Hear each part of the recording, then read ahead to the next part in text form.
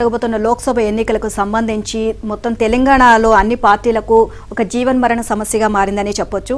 So ఎక్కడికి మొత్తం కూడా అంటే ఈ లోక్సభ ఎన్నికల ఫలితాలు ఈ మూడు పార్టీల భవిష్యత్తును చెప్పబోతున్నాయి. అండ్ ప్రస్తుతం అంటే కాంగ్రెస్ పార్టీ ఒక సుస్థిర పాలన కొనసాగించాలన్నా, అలాగే బీజేపీ ఒక బలమైన ప్రతిపక్షంగా ఉండాలన్నా, అలాగే బీఆర్ఎస్ పార్టీ అసలు దాని ఉనికే లేకుండా పోయింది.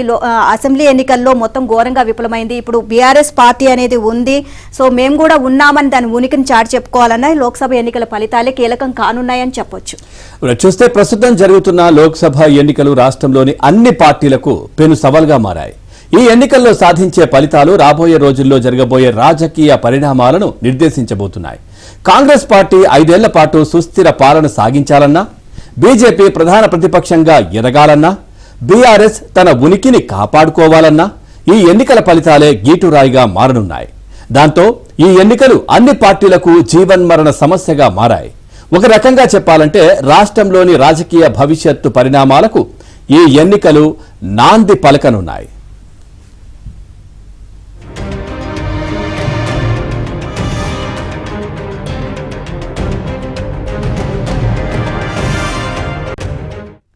రాష్ట్రంలో 4 నెలల క్రితమే అసెంబ్లీ ఎన్నికలు ముగియడం, నాటి అధికార బీఆర్ఎస్ ఓటమి చెంది కాంగ్రెస్ పార్టీ అధికారంలోకి వచ్చింది. కొత్త ప్రభుత్వం 5 ఏళ్ల పాటు కొనసాగాల్సి ఉన్నందున ప్రస్తుత లోక్సభ ఎన్నికల పట్ల అటు రాజకీయ పార్టీలతో పాటు నాయకులకు, ఇటు ఓటర్లకు పెద్దగా ఆసక్తి ఉండకూడదు.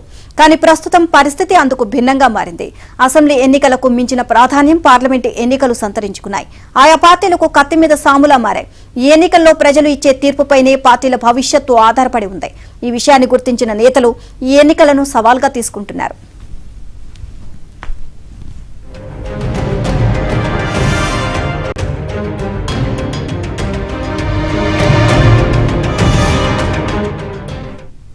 అసెంబ్లీ ఎన్నికల్లో కాంగ్రెస్ 64 స్థానాల్లో గెలిచి ప్రభుత్వాన్ని ఏర్పాటు చేసింది. పొత్తులో భాగంగా పోటీ చేసి సిపిఐ తరపున గెలిచిన ఒక ఎమ్మెల్యే కూడా సీఎం రేవంత్ రెడ్డి ప్రభుత్వానికి మద్దతుగానే ఉన్నారు. మరోవైపు 7 సీట్లలో గెలిచిన ఎంఐఎం కూడా కాంగ్రెస్ ప్రభుత్వానికి అండగా ఉంటామని ప్రకటించింది. వీరికి తోడు బీఆర్ఎస్ తరపున గెలిచిన 3 ఎమ్మెల్యేలు కాంగ్రెస్లో చేరారు. మరికొందరు ఎమ్మెల్యేలు కాంగ్రెస్లో చేరడానికి సిద్ధంగా ఉన్నారనే ప్రచారం జరుగుతోంది.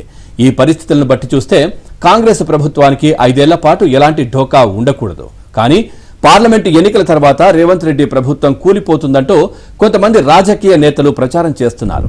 పార్లమెంటు ఎన్నికల్లో కాంగ్రెస్ అభ్యర్థులు ఎక్కువ మంది గెలవకపోతే రాజకీయంగా మార్పులు చోటు చేసుకుంటాయని, ప్రభుత్వం కూలిపోవడానికి అదే కారణమవుతుందని వారు చెబుతున్నారు. ముఖ్యంగా బీజేపీ రూపంలో పెను సవాల్ ఎదురవుతుందన్న అభిప్రాయాలు వ్యక్తమవుతున్నాయి. దాంతో ప్రభుత్వ సుస్థిరతకే ప్రమాదం ఏర్పడే అవకాశం ఉంటుందని ప్రతిపక్షాలు ప్రచారం చేస్తున్నాయి.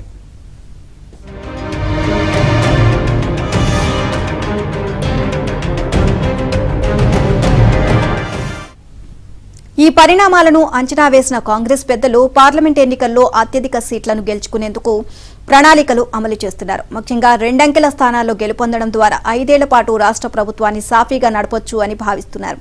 దీంతో పాటు తక్షణాదిన అత్యధిక సీట్లు గెలవాలి అనుకుంటున్న కాంగ్రెస్ జాతీయ నాయకత్వం తెలంగాణలో వీలైనన్ని ఎక్కువ స్థానాలను ఆశిస్తోంది. ఇందుకు అనుగుణంగా రాష్ట్ర నాయకత్వం అనేక చర్యలు చేపట్టింది.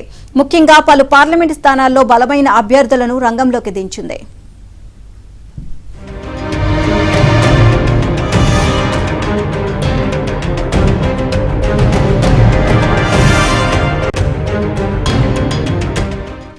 తెలంగాణలో బలమైన శక్తిగా ఎదగాలని భావిస్తున్న బీజేపీకి కూడా పార్లమెంటు ఎన్నికలు సవాలుగా మారాయన్న అభిప్రాయాలు వ్యక్తమవుతున్నాయి. 2018లో జరిగిన అసెంబ్లీ ఎన్నికల్లో బీజేపీ తరపున ఒకే ఒక్క ఎమ్మెల్యే గెలిచారు. అయితే ఆ వెంటనే 2019లో జరిగిన పార్లమెంటు ఎన్నికల్లో ఏకంగా 4 ఎంపీలు గెలుపొందారు. అనంతరం మొన్న జరిగిన అసెంబ్లీ ఎన్నికల్లో బీజేపీ 8 స్థానాలను గెలుచుకుంది. అయితే బీఆర్ఎస్ అధికారాన్ని కోల్పోవడంతో రాష్ట్రంలో ప్రతిపక్ష స్థానాన్ని ఆక్రమించుకోవాలని భావిస్తోంది. అప్పుడే తదుపరి అసెంబ్లీ ఎన్నికల నాటికి పార్టీ అధికారంలోకి వచ్చే అవకాశం ఉంటుందని అంచనా వేస్తోంది. ఇదంతా జరగాలంటే ప్రస్తుత పార్లమెంటు ఎన్నికల్లో అధిక సీట్లను గెలుచుకోవాలని భావిస్తోంది.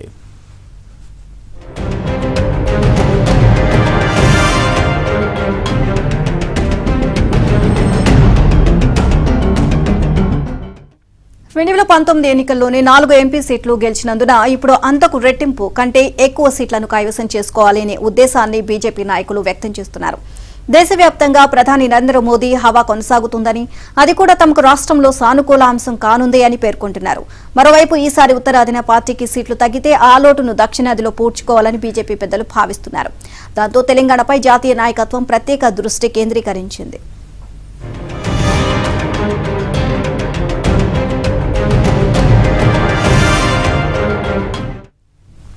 ఇక మొన్నటి వరకు రాష్ట్రంలో అధికారంలో ఉన్న బీఆర్ఎస్ పరిస్థితి విచిత్రంగా తయారైంది. అసెంబ్లీ ఎన్నికల్లో ఓటమి పాలై అధికారం కోల్పోయాక తీవ్ర ఇబ్బందికర పరిస్థితులను ఎదుర్కొంటోంది. సిట్టింగ్ ఎంపీలు కూడా పార్లమెంటు ఎన్నికల్లో తిరిగి పోటీ చేయడానికి ముందుకు రాలేదు. దాంతో చాలా సిట్టింగ్ స్థానాల్లో ఇతరులను రంగంలోకి దింపాల్సి వచ్చింది. మరోవైపు పార్టీ క్యాడర్ కూడా పూర్తి స్థాయి నమ్మకంలో లేదు. ఎంపీలు, ఎమ్మెల్యేల దగ్గర నుంచి కింది స్థాయి కార్యకర్తల దాకా చాలా చోట్ల పార్టీ మారారు. ఇంకా పార్టీలో ఉన్నవారు కూడా రంగంలోకి దిగి పోరాడే పరిస్థితి కనిపించడం లేదు.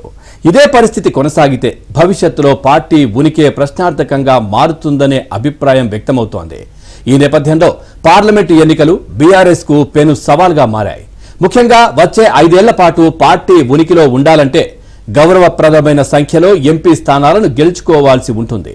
కనీసం గౌరవప్రదమైన సంఖ్యలోనైనా ఎంపీ స్థానాలను గెలుచుకోవాల్సి ఉంటుంది. అలా జరగని పక్షంలో ఓవైపు నుంచి కాంగ్రెస్, మరోవైపు నుంచి బీజేపీతో బీఆర్ఎస్ కు ముప్పు పొంచి ఉంటుంది.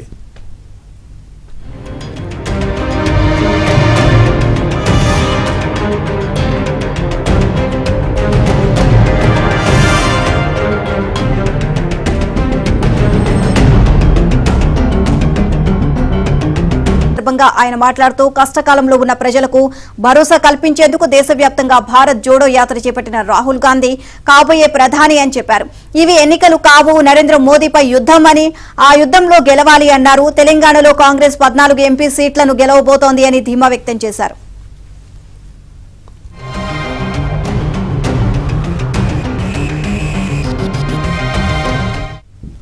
ప్రధాని నరేంద్ర మోదీ అవినీతిలో ఛాంపియన్ అని ఆరోపించారు.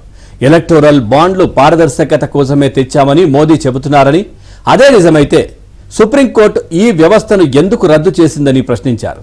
బాండ్ల పేరుతో బీజేపీ విచ్చలవిడి అక్రమాలకు, చట్టబద్ధమైన అవినీతికి పాల్పడుతోందన్నారు. పారదర్శకత ఉంటే ఎన్నికల బాండ్లు కొన్న వారిని, ముఖ్యంగా బీజేపీకి డబ్బులు ఇచ్చిన వారి పేర్లను బయటపెట్టాలన్నారు. ఎన్నికల బాండ్లు ప్రపంచంలోనే అతిపెద్ద దోపిడీ పథకమని ఆరోపించారు. ఈవీఎంలపై ప్రజలతో పాటు విపక్షాలకు నమ్మకం పోయిందని, బ్యాలెట్ పేపర్లతో ఎన్నికలంటే ప్రధాని మోదీ ఎందుకు భయపడుతున్నారని ప్రశ్నించారు.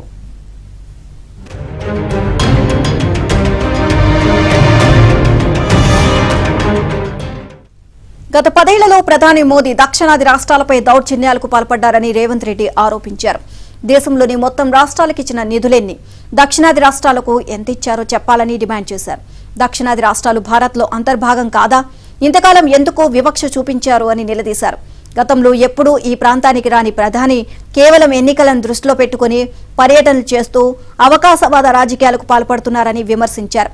దక్షిణాది రాష్ట్రాలకు బుల్లెట్ ట్రైన్లు ఎందుకు ఇవ్వలేదని, సబర్మతి తరహాలో రివర్ ఫ్రంట్ డెవలప్మెంట్ ప్రాజెక్టులకు ఎందుకు అనుమతించలేదు అని ప్రశ్నించారు. దక్షిణాది రాష్ట్రాల్లో ఓటు అడిగే కనీస హక్కు బీజేపీకి, ప్రధాని మోదీకి లేదు అన్నారు.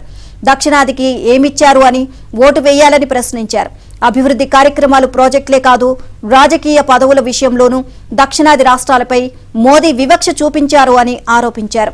రాష్ట్రపతి, ఉపరాష్ట్రపతి, కేంద్ర హోంమంత్రి, రక్షణ మంత్రి వంటి కీలక పదవుల్లో దక్షిణాది వారిని ఎందుకు తీసుకోలేదని ప్రశ్నించారు. దక్షిణాది రాష్ట్రాలు బీజేపీని ఎప్పుడో బహిష్కరించాయని ఆయన వ్యాఖ్యానించారు.